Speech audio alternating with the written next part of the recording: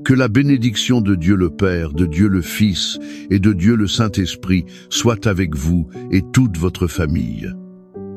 Soyez les bienvenus en ce temps de prière et de réflexion. Je vous invite maintenant à préparer votre cœur, à apaiser votre âme et à entrer dans cet espace sacré que nous créons ensemble. Imaginez, en cet instant précis, que Dieu lui-même étende sur votre maison un manteau de paix. C'est un tissu céleste qui couvre votre toit et vos murs. Il enveloppe aussi chaque personne que vous aimez dans une étreinte de lumière et de protection divine. Sentez le poids des soucis quotidiens commencer à se dissiper sous ce toucher sacré. Dans chaque pièce de votre maison, dans chaque recoin de votre cœur, que la présence du Très-Haut se manifeste réelle et puissante.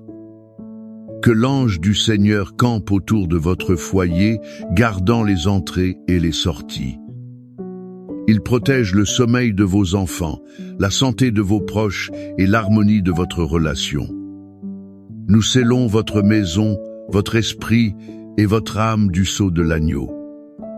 Ainsi, aucune force contraire ne pourra prévaloir. C'est un moment de refuge, une oasis au milieu du désert, un port sûr au cœur de la tempête. Respirez profondément et recevez cette bénédiction. En ce moment, nous nous levons avec foi et autorité, non par notre propre force. Nous nous levons par la puissance qui réside dans le nom de Jésus-Christ. C'est le nom qui est au-dessus de tout nom. Nous nous unissons comme une armée d'intercesseurs. Nous déclarons la guerre spirituelle contre tout ce qui se lève pour détruire la paix et l'unité de nos familles. Au nom de Jésus, nous nous positionnons contre l'esprit de division, de discorde et d'amertume.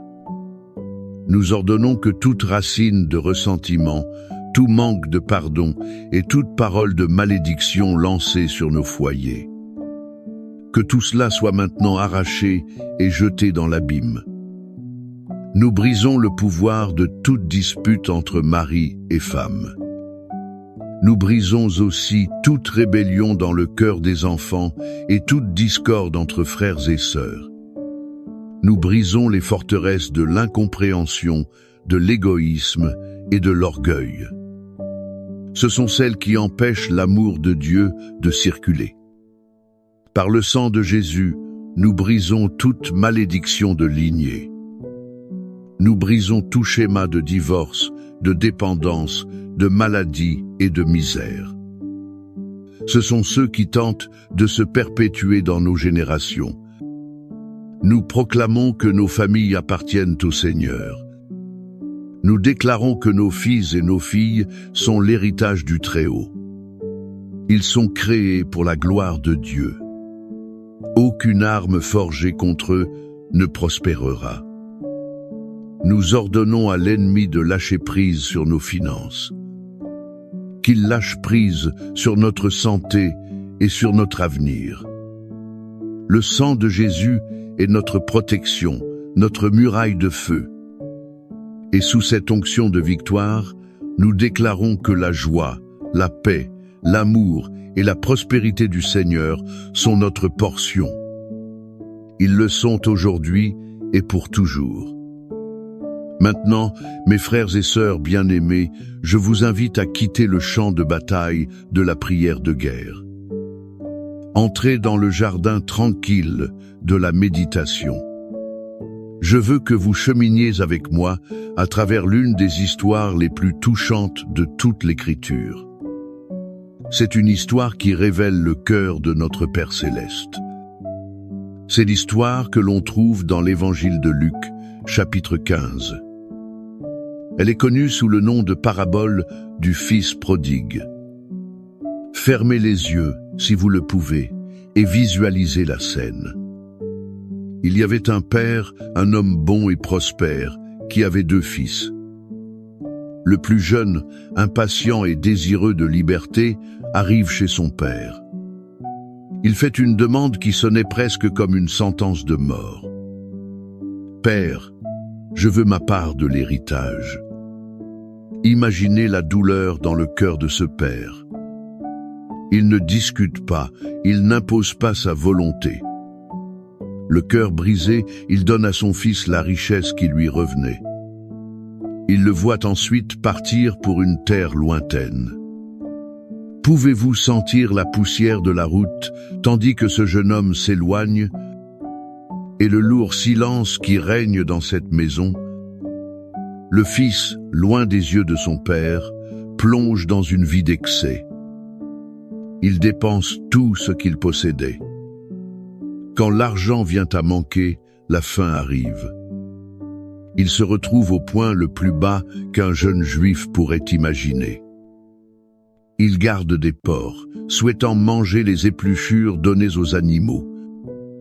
C'est dans ce lieu d'humiliation et de désespoir que, revenant à lui-même, il se rappela la maison de son père. Il se souvint que même les serviteurs de son père avaient de la nourriture en abondance. Pendant ce temps, lui mourait de faim. Là, au milieu de la boue, naît une semence de repentance.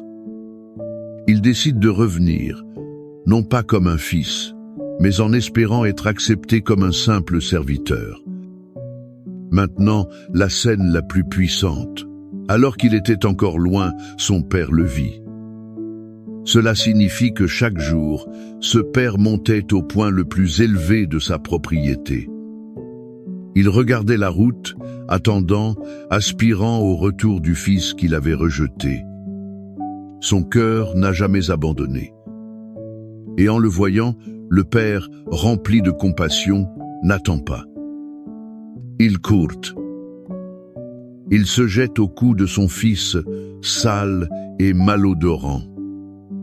Il l'embrasse et le serre dans ses bras. Avant que le fils ne puisse finir son discours de repentance répété, le père l'interrompt. Il crie au serviteur, « Apportez la plus belle robe. Mettez une bague à son doigt et des sandales à ses pieds. Et tuez le veau gras, car ce mon fils était mort, et il est revenu à la vie. Il était perdu et il a été retrouvé. » La maison se remplit de fêtes. La joie de la restauration éclate. De cette histoire si riche, nous extrayons des leçons. Elles sont un baume pour nos familles aujourd'hui. La première leçon est celle-ci. L'amour de Dieu, le Père, n'abandonne jamais. Êtes-vous un père ou une mère dont le cœur est brisé? Cela est dû à un enfant qui s'est éloigné, qui a choisi des chemins de destruction. Être votre conjoint s'est-il éloigné émotionnellement? Il a créé un abîme au sein de votre propre foyer. Cette parabole est la promesse de Dieu pour vous. Il voit votre enfant, votre conjoint, votre membre de la famille, même de loin. Et son cœur, comme celui de ce père, brûle de compassion. Il aspire aux retrouvailles. Ne perdez pas espoir. Continuez à regarder la route, continuez à prier. L'amour du Père est une force d'attraction irrésistible. La deuxième leçon est qu'il y a toujours un chemin de retour à la maison. Le fils prodigue n'a commencé son voyage de retour que lorsqu'il a reconnu son erreur et son besoin. Peut-être qu'en écoutant ce message, le Saint-Esprit parle à votre cœur. Il vous parle de domaines où vous vous êtes éloigné. C'est peut-être à cause de l'orgueil, de l'entêtement ou du manque de pardon. La bonne nouvelle est que la porte de la maison du Père n'est jamais fermée. Le repentir authentique est le premier pas sur le chemin. Il mène directement à une étreinte de pardon et de restauration. Y a-t-il quelqu'un dans votre famille que vous devez pardonner? Avez-vous agi comme le frère aîné, plein d'auto-justification et de ressentiment? Étiez-vous incapable de célébrer la restauration de quelqu'un? Rappelez-vous, La fête au ciel est pour le pécheur qui se repent. Elle est aussi pour la famille qui se réconcilie. La troisième et dernière leçon est le pouvoir de l'honneur. Il sert à restaurer l'identité. Le Père n'a pas traité son Fils comme un serviteur. Il l'a vêtu de la meilleure robe, lui rendant ainsi sa dignité. Il a mis une bague à son doigt. Cela restaurait son autorité et son identité de fils. Et il a chaussé ses pieds. C'était le signe d'un homme libre, pas d'un esclave. Dans nos familles, les mots de critique et d'accusation détruisent souvent l'identité. Ils détruisent aussi la dignité les uns des autres. Aujourd'hui, Dieu nous appelle à être comme ce Père. Nous devons prononcer des paroles d'honneur et de pardon. Nous devons couvrir la honte d'un manteau d'amour. Nous devons célébrer chaque pas de retour à la maison, aussi petit soit-il. Et cette promesse d'un Père qui protège et restaure n'est pas seulement une histoire. C'est une alliance scellée dans sa parole. Quand nous sentons que le monde extérieur est un endroit dangereux pour nos enfants et que les menaces semblent venir de tous les côtés, Dieu nous donne le psaume 91 comme un bouclier. Il est la forteresse où notre famille peut se réfugier. Et quand l'anxiété concernant l'avenir, la subsistance et la direction nous assaillent, il nous apaise. C'est avec la promesse du psaume 23 qu'il nous rappelle qu'il est notre bon berger. Et sous sa garde, rien ne nous manquera. C'est pourquoi je vous invite maintenant à fermer les yeux une fois de plus. N'écoutez pas seulement ces paroles, mais recevez-les. Appropriez-vous en. Placez votre famille sous chaque promesse contenue ici. C'est la parole de Dieu pour votre maison. Proclamons ensemble, avec foi, le psaume 91. Celui qui demeure sous l'abri du Très-Haut reposera à l'ombre du Tout-Puissant. Je dis à l'Éternel, mon refuge et ma forteresse, mon Dieu en qui je me confie. Car c'est lui qui te délivrera du filet de l'oiseleur, de la peste pernicieuse. Il te couvrira de ses plumes, et tu trouveras un refuge sous ses ailes.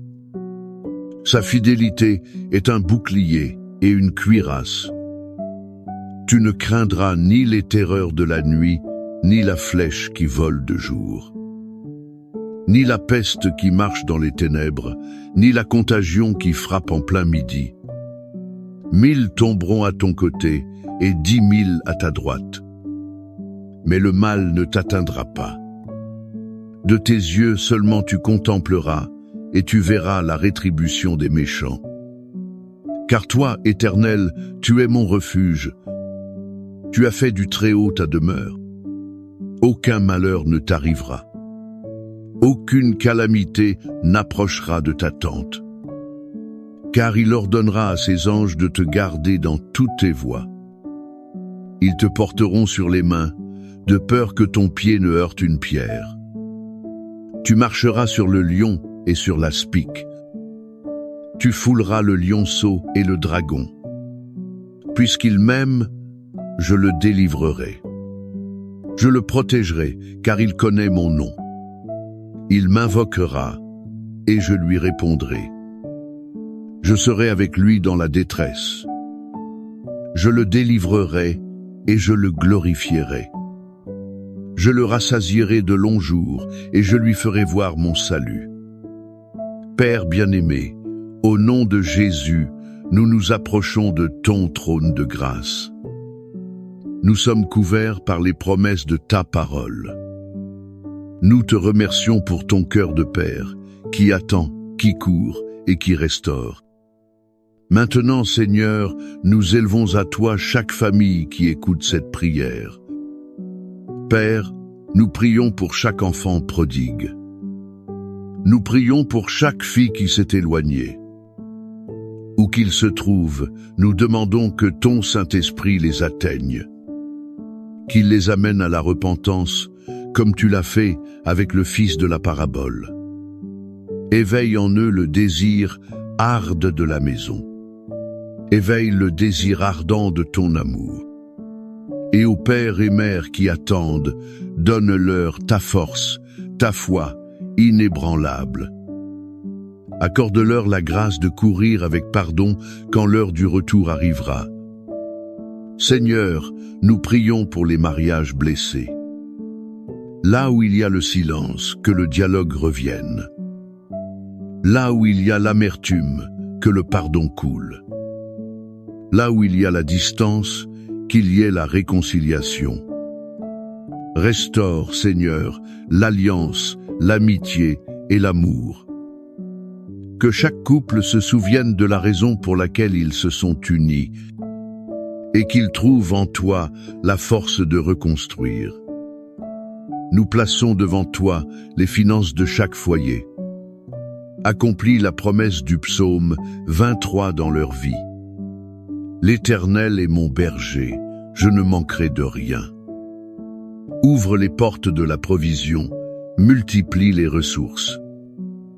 Enseigne-les à être de bons administrateurs et réprimande le dévoreur. Que le pain ne manque pas sur la table.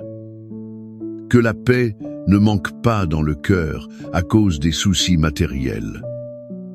Et nous prions, Père, pour la guérison. Guérison pour les corps malades, mais aussi guérison pour les âmes blessées. Guéris les souvenirs douloureux, les maux qui ont blessé.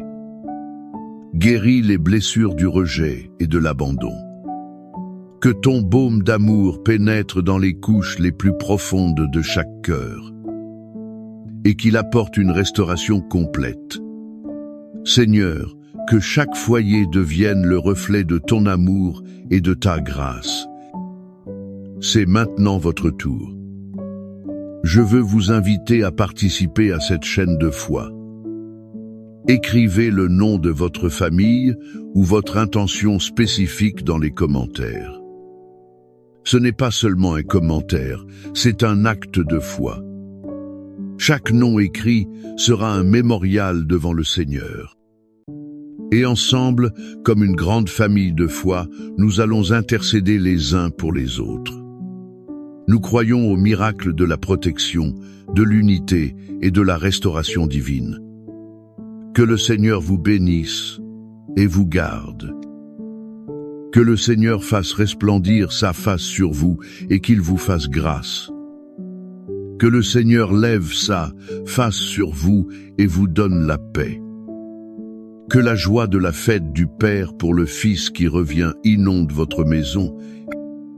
Que la sécurité d'habiter dans le refuge du Très-Haut soit votre réalité quotidienne.